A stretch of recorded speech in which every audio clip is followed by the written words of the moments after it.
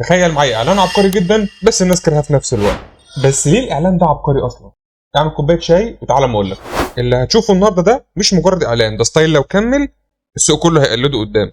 من كام شهر كده في فيديو احتفال لمطعم عدى عليه 10 سنين فايرال بشكل كبير جدا. مش فايرال عاديه من بتاعتنا، ده فايرال من اللي خلت صحف عالميه زي صفحه فيلم ميكرز واي كاندي نشروه واعتبروه من اقوى الاعلانات اللي اتعملت في الفتره الاخيره. وخصوصا ان الاعلان ده اغلب اللي قايم على الشغل فيه هو شخص واحد بس. الشخص ده هو المخرج محمد النشمي، وهو مخرج عربي كويتي خريج كليه هندسه. المجد للمهندسين والله العظيم. طب ايه اللي خلى الاعلان ينجح بالشكل ده؟ التقنيه يا عزيزي هي سر اللعبه كلها. النشمي بيستخدم في الاعلان ده تقنيه انتقالات اسمها ماتش كات، وهي ببساطه انك تربط ما بين لقطتين بشكل يخلي عينك ما تحسش ان اللقطه اتغيرت اصلا. التقنيه دي على الرغم ان المبدا بتاعها بسيط الا انها بتطلع ناتج شكله خرافي. طب هل هو اخترع التقنيه دي؟ لا، التقنيه دي موجوده من اول ظهور السينما، من فيلم ذا جريت ترين روبري اللي تم انتاجه سنه 1903. وكمان في مخرجين تانيين استخدموها بصمه في افلامهم، واشهرهم هو ستانلي كوبريك، واشهر استخدامه ليها في فيلم 2001 سبيس اوديسي لما ربط بين العظمه اللي رماها القرد وسفينه فضاء. المشهد ده كان ساحر، اختصر سنين طويله جدا من تطور البشريه في لحظه واحده. من اللقطات التانية برضو المشهوره لالفريد هيتشكوك لقطته في فيلم سايكو لما عمل انتقال مرعب جدا بين البلاعه وعين الضحيه، انا بخاف منها لحد النهارده. ومخرجين تانيين زي ديفيد لين وادجار رايت كمان، بس مش موضوعنا دلوقتي. نرجع لمخرجنا محمد النشمي. هو بقى ما استخدمش الماتش كات كجزء من الاعلان، الاعلان كان عباره عن سلسله انتقالات بتقنيه الماتش كات. كل لقطه بتسلم اللي بعدها بشكل سحري يخليك مش قادر تبص لا يمين ولا شمال. طيب خلينا نفهم هو عامل ده ازاي. هو عامل اعلان كل ثانيه فيه بتشدك، عينك ما بتروحش لا يمين ولا شمال. ليه؟ عشان ده واحد هو فاهم بيعمل ايه وبيرسم فريم فريم، وده جاي من خبره قديمه في التصوير والمونتاج. عشان كده كان عنده رؤيه مختلفه للاعلان. الفكره دي جات له ازاي؟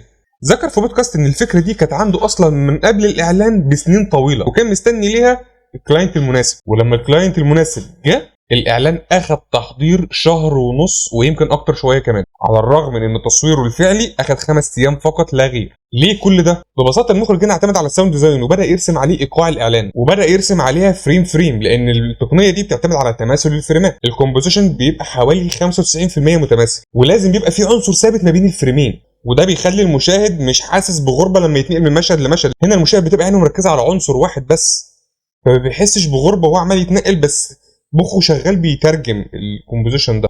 وكمان المخرج كان بيصور كاميرا 8K. حد هيقول لي ده اوفر كيل بالنسبه للاعلان. هو هنا صور 8K مش تفاخر، لا هو صور عشان احيانا الفريم بيجي كروب سنه او وايد اكتر من اللازم، فيقدر هو يتحكم يكروب او يتحرك فيه براحته بدون ما يفقد اي كواليتي. في الاول في الاخر الاعلان هيتعرض يعني كبيره 4K، فهو لو نزل من 8K ل 4K هو مش هيلوس كواليتي، بالعكس الكواليتي هي المشهد بيتصور يتسحب من الكاميرا على جهاز المونتاج، يتحط على شريط الصوت اللي معمول له ديزاين من البدايه ومحطوط عليه ماركات هيحط كل فريم فين. هل اللي هو صوره بيماتش اللي هو حاطه ولا لا؟ طب لو مش مناسب هل ينفع يظبطه بالسبيد رام؟